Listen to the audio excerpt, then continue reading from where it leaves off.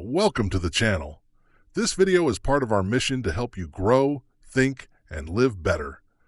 Today, we're diving deep into a book that will revolutionize how you approach learning. Make It Stick: The Science of Successful Learning by Peter C. Brown, Henry L. Roediger III, and Mark A. McDaniel.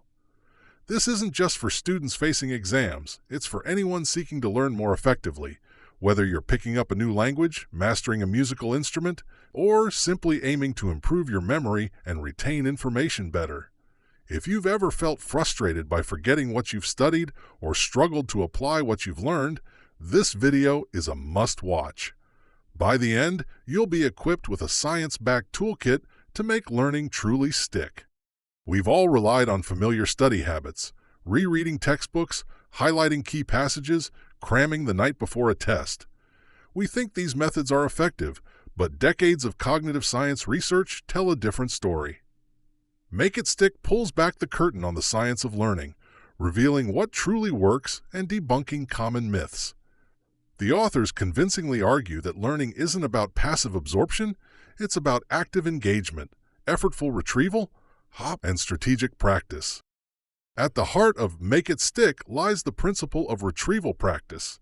This means actively trying to recall information from memory rather than simply rereading or passively reviewing it. When you reread, you're merely recognizing information, creating a fleeting sense of familiarity. It's akin to recognizing a face in a crowd, but struggling to place the name.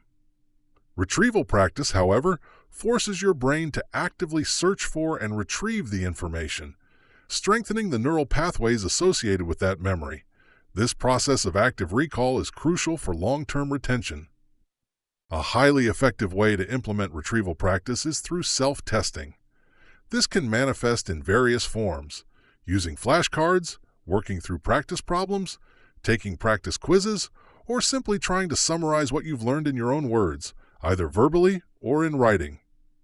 The key is to make the retrieval effortful. The more you struggle to recall the information, the stronger the memory trace becomes. Think of it like a workout for your brain. The more you push it, the stronger it gets. Let's say you're learning about the American Civil War. Instead of just rereading a chapter, try to recall the key events, figures, and causes without looking at your notes. Quiz yourself on specific battles, important dates, or the key differences between the Union and the Confederacy. Another powerful technique is spaced repetition.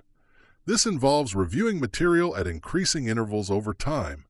Instead of cramming everything the night before an exam, review the material shortly after learning it, then again a few days later, then a week later, then a month later, and so on.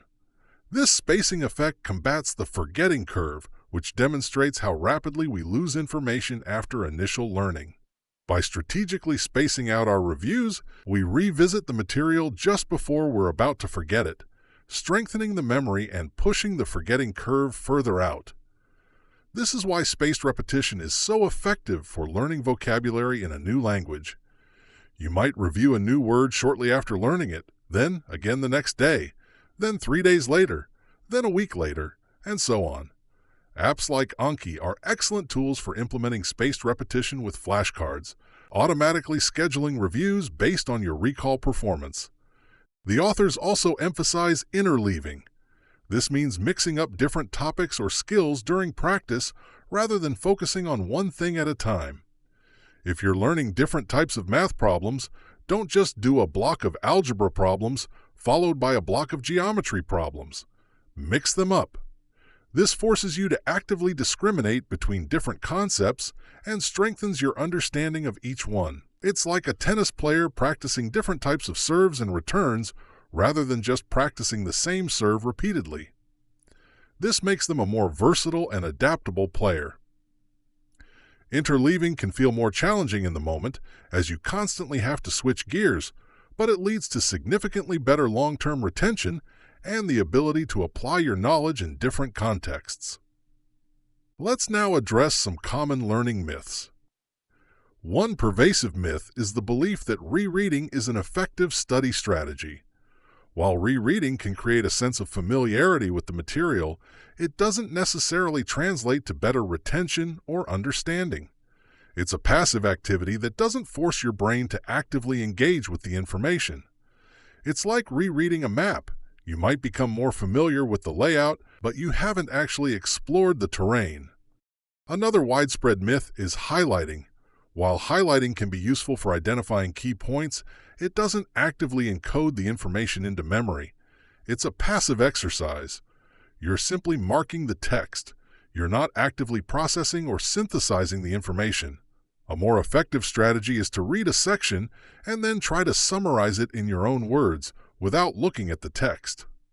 This forces you to actively engage with the material and retrieve it from memory. Make it stick also emphasizes the importance of elaboration. This means connecting new information to what you already know. The more connections you make, the stronger the memory trace becomes. It's like building a web of interconnected ideas. The more connections you have, the easier it is to access and retrieve the information.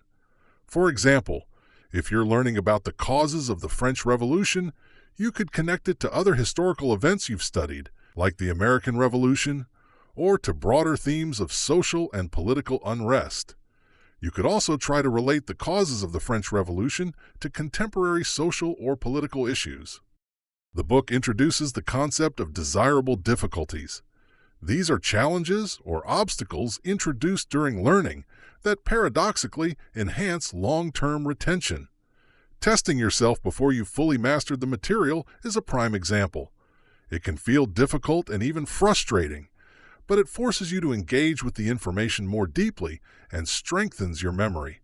It's like learning a new language by immersing yourself in a foreign country.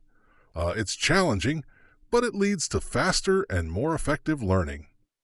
Other examples of desirable difficulties include varying the conditions of practice, such as studying in different locations or at different times of day, and using different learning materials or formats. Beyond these specific techniques, Make It Stick also emphasizes the critical roles of sleep and mindset in effective learning. Sleep plays a vital role in memory consolidation. During sleep, your brain replays and strengthens the memories you formed during the day. So, prioritizing sleep is crucial for optimal learning and memory. A growth mindset, the belief that intelligence and abilities can be developed through effort and practice, is also essential. People with a growth mindset are more likely to embrace challenges, persist through difficulties, and view failures as opportunities for learning and growth. This contrasts with a fixed mindset, the belief that intelligence and abilities are static and unchangeable.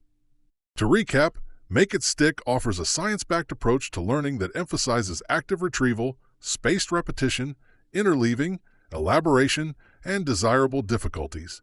It debunks common learning myths like rereading and highlighting and provides practical strategies for making learning truly stick. Remember, learning is not a passive process. It requires active engagement, effort, and strategic practice. Thank you for watching. If you find this video valuable, don't forget to like, subscribe, and comment. We provide complete and concise summaries of impactful books to save you time and help you effectively grasp their key insights.